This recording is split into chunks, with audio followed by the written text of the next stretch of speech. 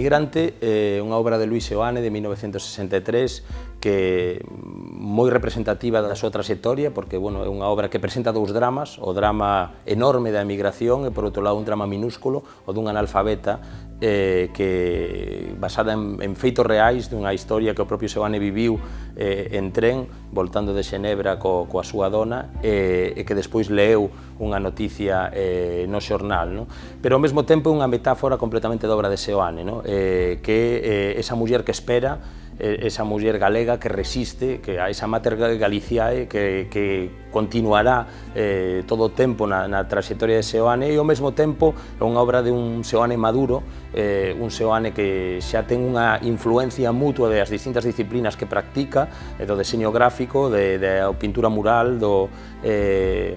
gravado, en certo modo fan de Luis Seoane o primeiro artista contemporáneo da historia de Galicia. Nese sentido, pois tamén un artista completamente interesante pola súa maneira de traballar as distintas linguaxes dentro da arte contemporánea universal.